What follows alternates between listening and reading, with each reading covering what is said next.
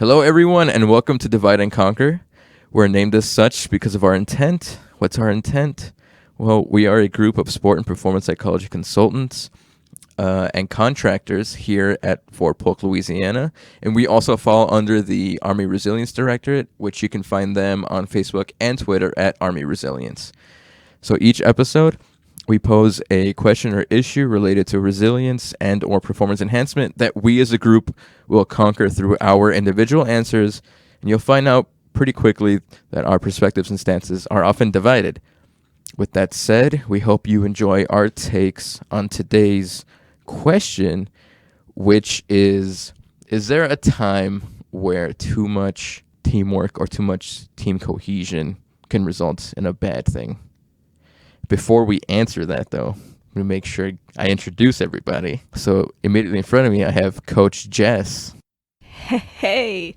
And then to Coach Jess's right, we have Marius. No longer Coach Marius. Yeah, no longer. Had that redacted from his title. And then to my left, we have new PE, John Pine. And then my name is Diego, and going back to the question at hand. When is teamwork or team cohesion a bad thing?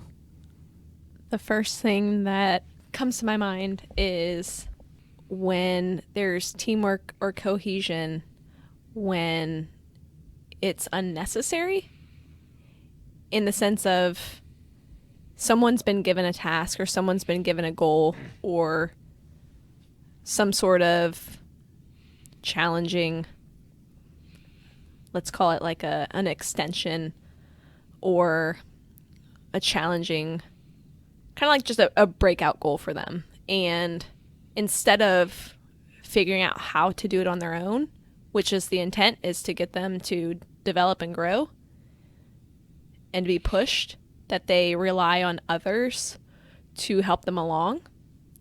And while that I think could be helpful in the sense of, yeah, you might get things done faster, you might have learned something from someone else, but the whole intent was for you specifically to work through something on your own, and instead you had others come around you to help you out. I think that could potentially cause issues with your own personal development and enabling of, for lack of better terms, accepting difficult things and not taking things on head on and trusting that you have the capabilities. So you're talking about like an over-reliance upon teamwork as opposed to recognizing there are certain situations in which an individual must go through some type of hardship to some degree in order to facilitate some type of development and growth. Correct. As in, it's not necessary. Now, I'm not saying that there aren't times where, yes, having your team come around you and help, especially when we're talking about difficulties that weren't expected or safety and things like that. I think that's not what I'm talking about here.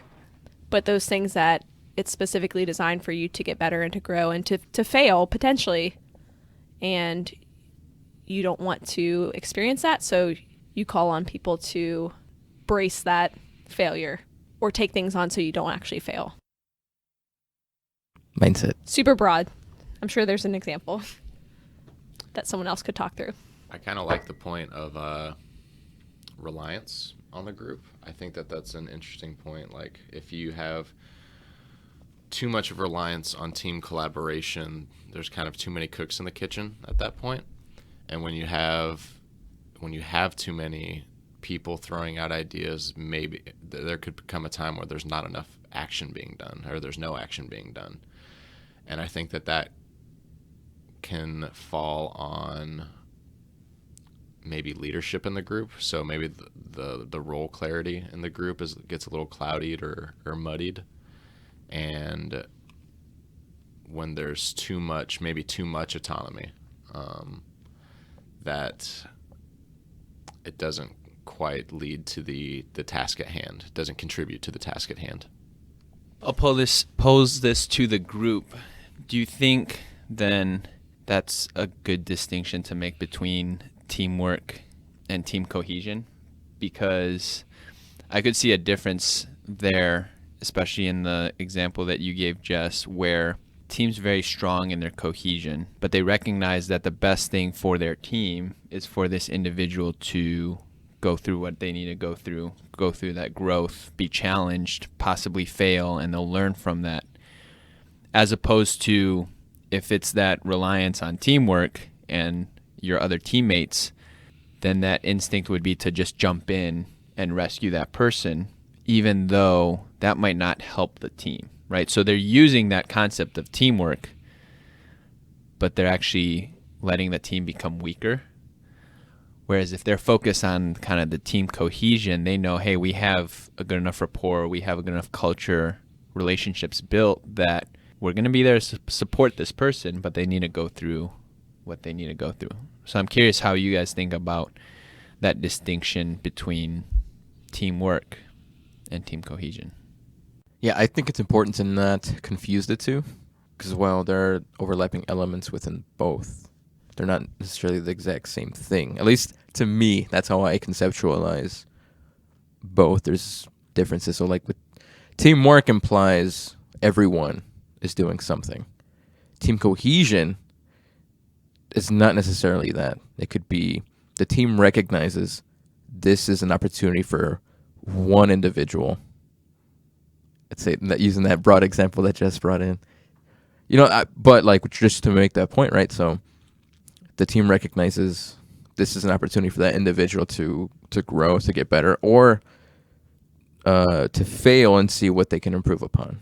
I guess some people would argue that'd be teamwork, but to me, that seems more of like an awareness that is collectively built within a team to understand when it's time for everyone to get their hands dirty and when it's time for one individual to do the most of the heavy lifting, if not all of it.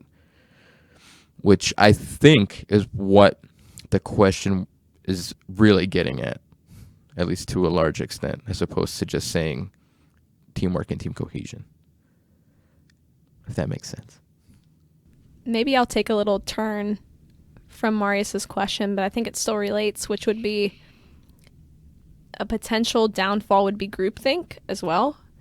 And that would be if our group, let's say, has high cohesion especially, and we tend to work together often and be called upon to have high teamwork or anything to that degree, we may have the tendency to see the same things in the same ways. We may have the tendency to want to, yes, rely on each other, appease one another.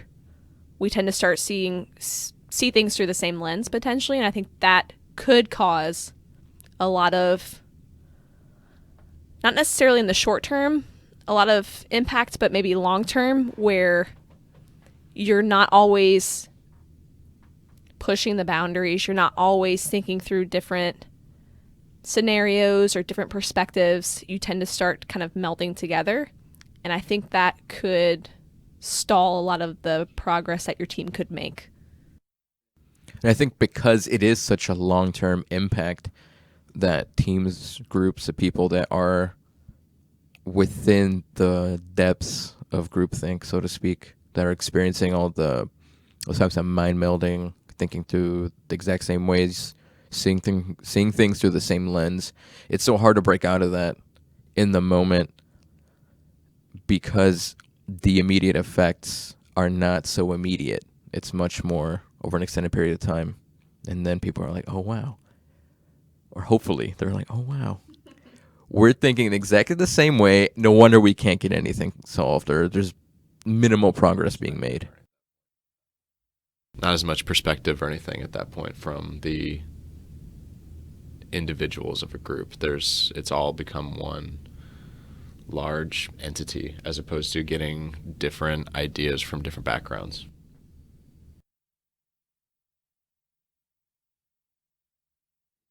This is just speculation, but it's like, it seems to me like even on like some unconscious level, there's something weird going on with that too. In that a reason, I'm assuming a lot, so much, always.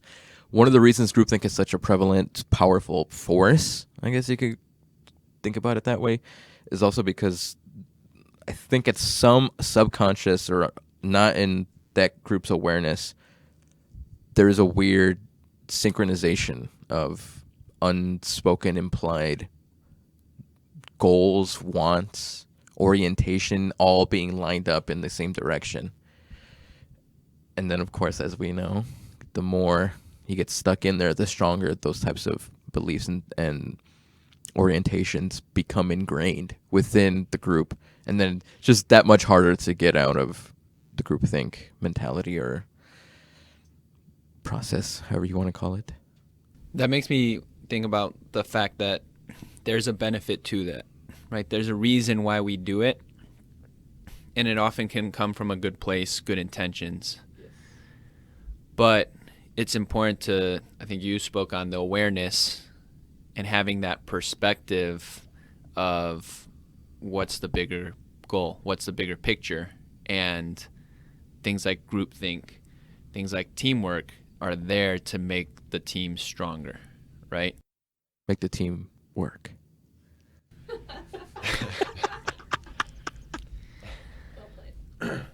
So, the natural thought process is then leaders need to be responsible to make sure that they're orienting the group towards those team goals and making sure that they're not falling into groupthink, that they're not over-relying on teamwork,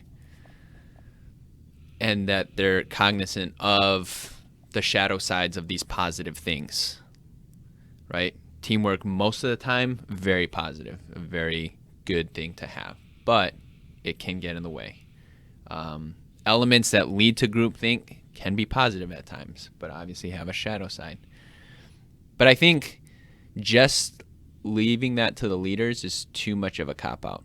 And I think that when individuals are able to take that perspective as well of, let me step outside of this perspective for a second and let me think about what's truly best for the group, that's when that team can get stronger. It might lead to discomfort. It actually most likely will. But you can then prevent things like groupthink. You can prevent things like just relying on teamwork and carrying yourself through without maybe necessarily doing the things that you necessarily do. And you can come back to that group and say, hey, this is something that I see that could help us get better. And I think when all members of the team take that responsibility to every so often check in, your team is giving itself the best chance to be as strong and effective as a team as possible.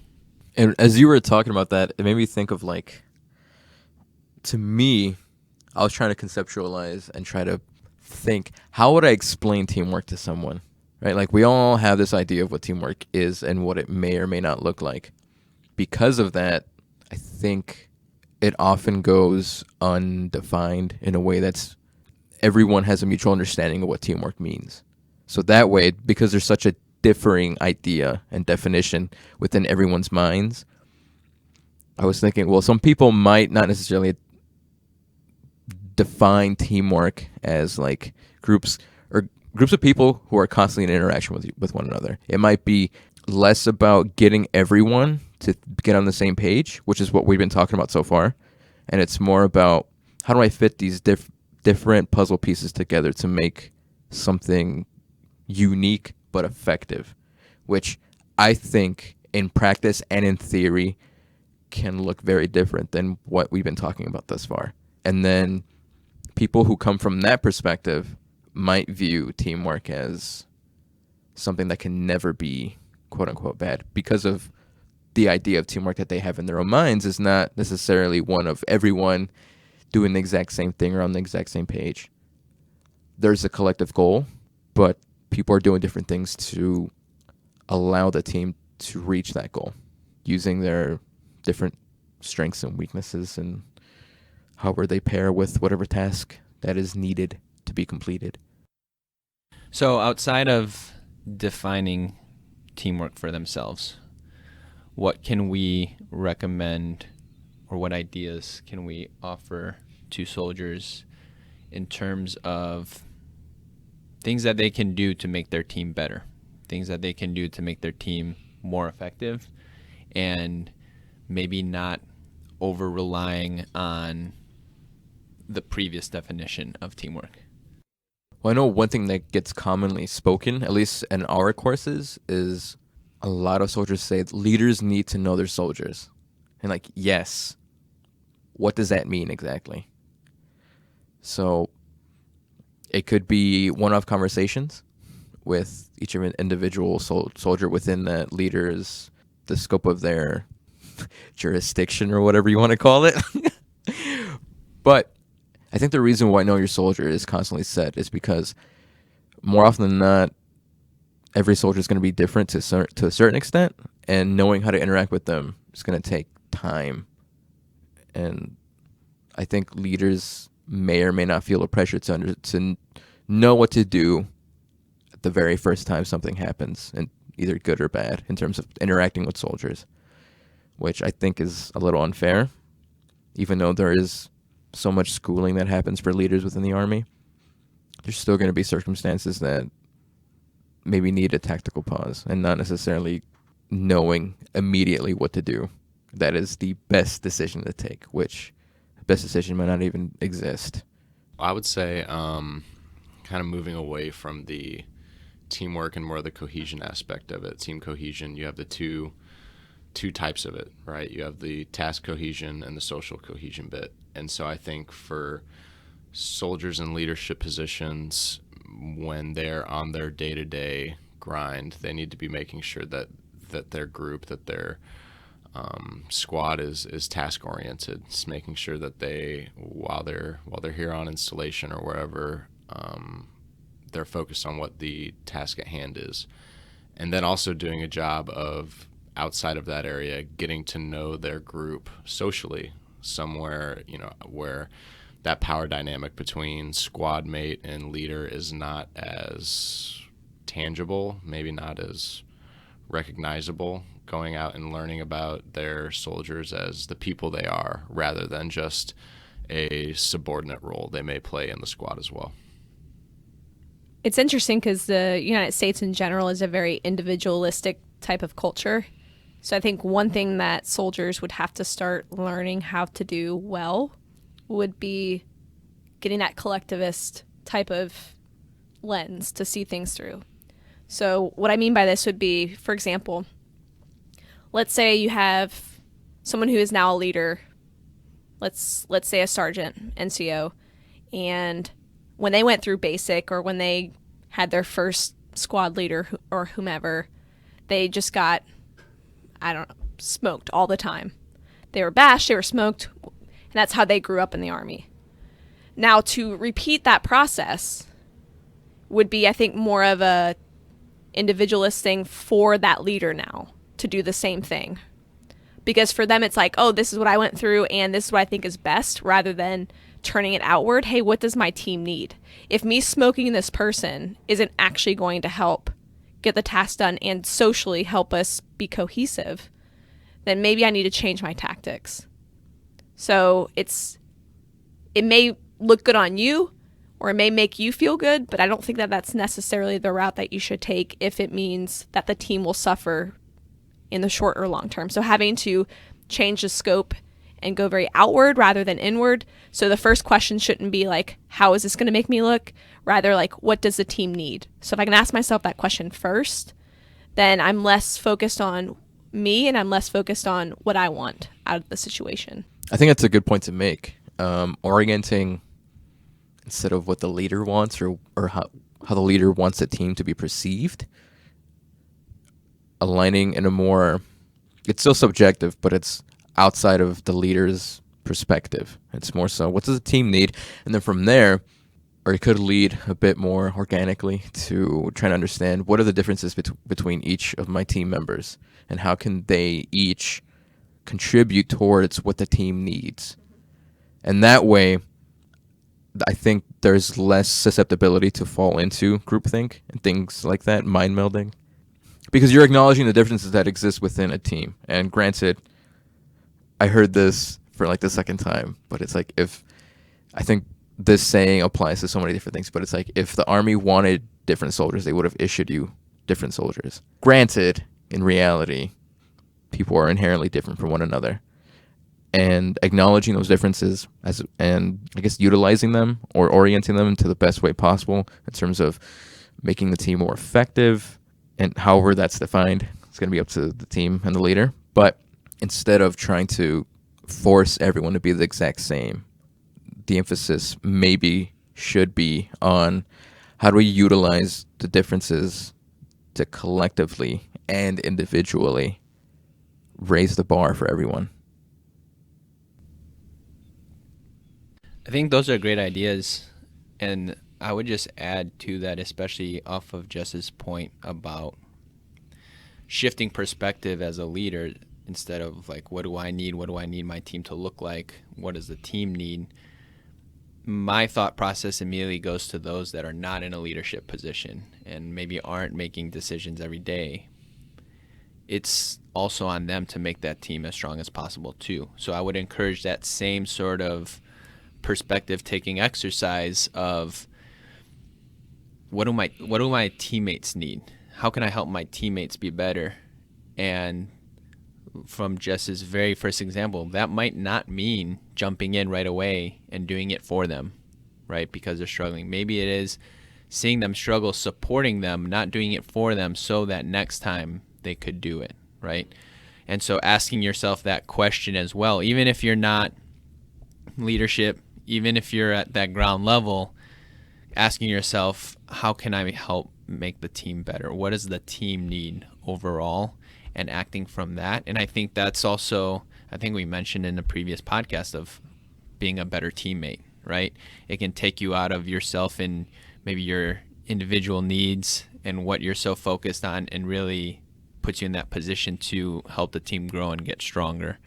And so I would really encourage anyone who is listening to this, whatever level they're at, whether they have positions of authority, whether they have positions of leadership, to think about whatever team they're a part of, and that can go beyond just being a soldier. That's, a team at home, right? Family unit. How do you contribute to that team? What do you need to do for that team to get stronger? Not necessarily what do you want from that team and what do you want for the team. What does the team need? Yeah, I think it's important to note that while, yes, this is all the things we talk about, generally speaking, are applicable to almost any soldier, but the soldiers can also apply this information and these questions, topics into other areas of their life. And maybe some people don't necessarily consider like their family as a team. Maybe some do. And, the more self-awareness we can build, hopefully the better off people are for it. Because ultimately we're here to serve the soldiers and whoever listens to this. With that said, I think this is it for this particular episode. Were you just waiting to do that?